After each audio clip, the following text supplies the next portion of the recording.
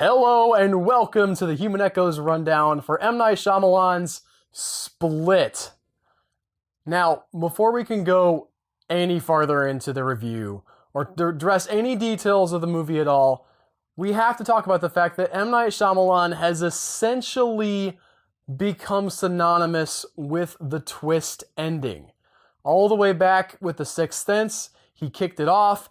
Everybody's minds were blown by that. He's been doing that more or less consistently throughout his filmography. So the odds are that you're going to be going into this looking for the twist. At least I was. And I don't know if this is a spoiler to say, but there's not really a twist in this movie. Not in the sense that you would expect an M. Night Shyamalan reality warping, perception changing twist to happen.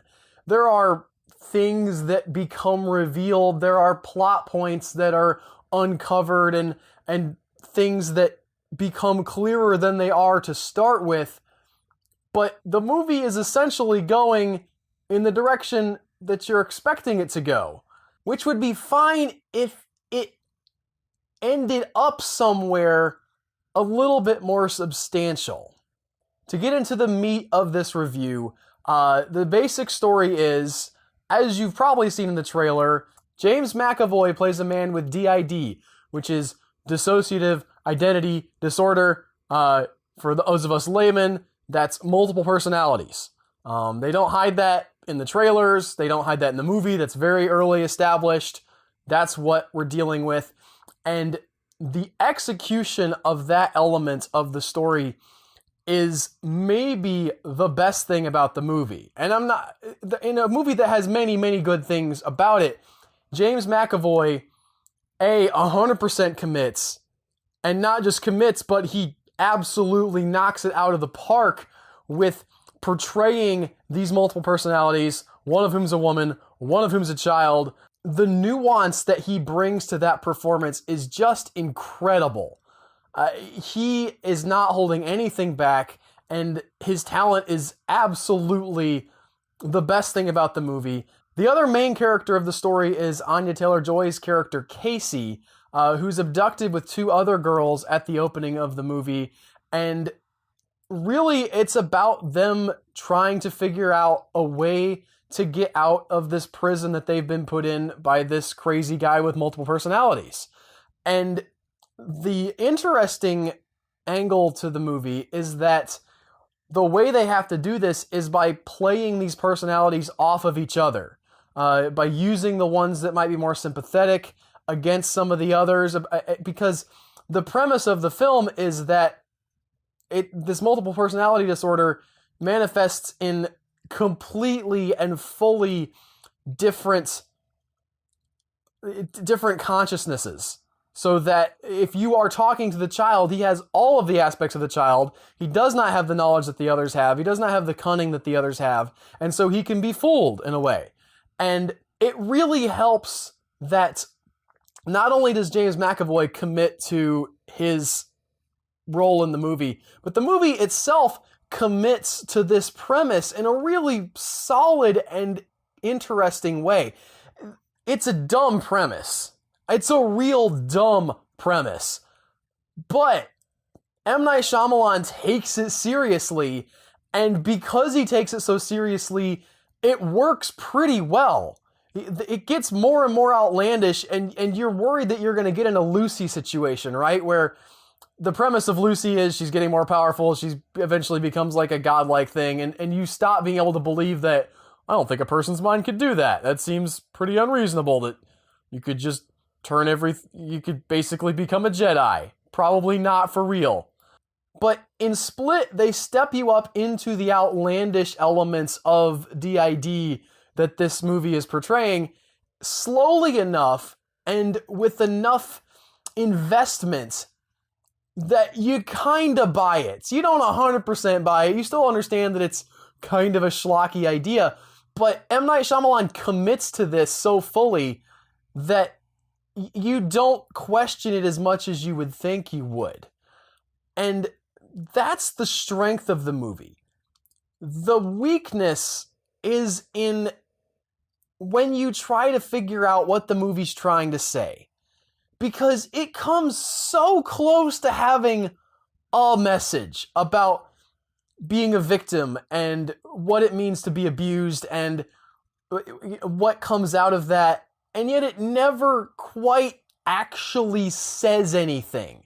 It has all of these building blocks in place. It has all of these different elements that fit together in a way that you think, okay, we're going somewhere. Like, I see this, I see how this correlates with that, how this element lines up with this element, and you're on board with that. I was on board with that. And then the movie doesn't do a lot with that. It doesn't, like, take all that and tie it together and put it in a bow and say, this is what we're saying. It just sort of leaves you with, well, here's a bunch of pieces and some ideas that we had. You put it together and see if you can make a thing for yourself, because we sure don't have a thing to say. And the characters say a lot. The characters have a lot to say about being victimized and becoming stronger through that or not so, and people having it too easy, and therefore there's a lot being said by different people in the movie, but the movie itself, it seems, never takes a stance on, okay, here's the right place and here's the wrong place. And I don't need it to be all spelled out exactly, but it feels like it doesn't have any kind of thesis. So it flounders at the end, and then at the very end, the final scene, which I'm not going to spoil any details, but the final scene feels like a joke. I think it was a joke. I mean, legitimately, it feels like the kind of something that someone on Reddit would write as like, and then this happens. You know that theory that everybody has about the beginning of Inception when Leonardo DiCaprio washes up on the beach that he had just been through Titanic?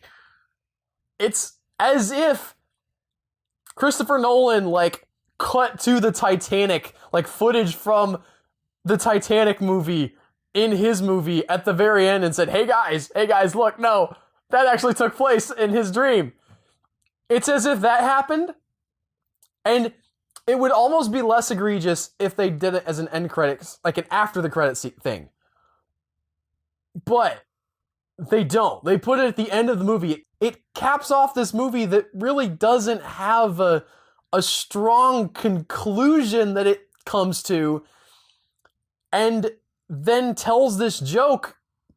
One senses because they thought no one would stay through the credits to watch an after credit scene, and so they just threw it at the end of the movie instead, and it doesn't mean anything. A lot of this movie just, it bums me out because it never means it. It never says anything.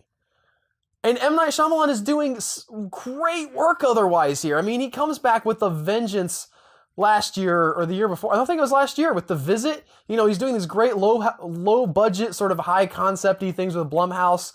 And this is another of that flavor, right? It's very much, in like 2 or 3 rooms that the whole movie takes place. You're in this sort of prison area.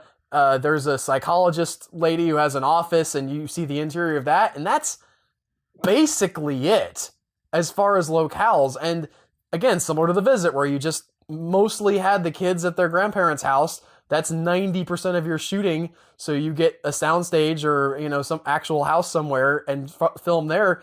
M. Night Shyamalan doing this low budget stuff and yet bringing an incredible amount of artistry to it. Cinematography is impeccable. The editing is great. Like, you never confused about where you are. It's all real, like, well put together, but it doesn't lead to anything.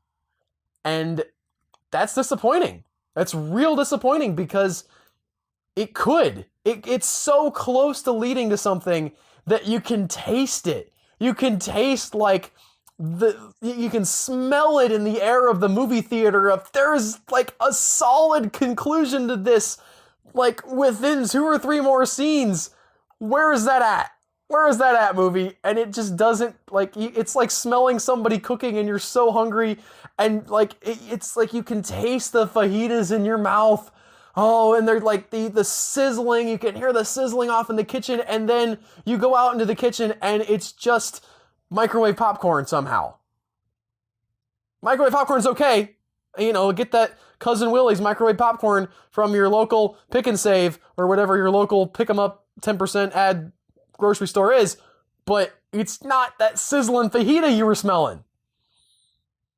So that's where I come down on Split. I'm split on it. I made a joke, guys. Laugh at me. But it's true. I think that there's incredible work being done here by M. Night Shyamalan as a director, by James McAvoy and Anya Taylor-Joy as actors, and yet the story doesn't deliver the way I wanted it to. You won't go. I don't think you will come out of this movie hating it, but I think it's disappointing because you can see the shape of the really great movie this almost was in the shell of the okay movie that we got. But considering that this is a January release, we're talking about M. Night Shyamalan, you can't be super disappointed. And I'm so glad that he is still swinging. You know, he's swinging away. I love The Visit last year.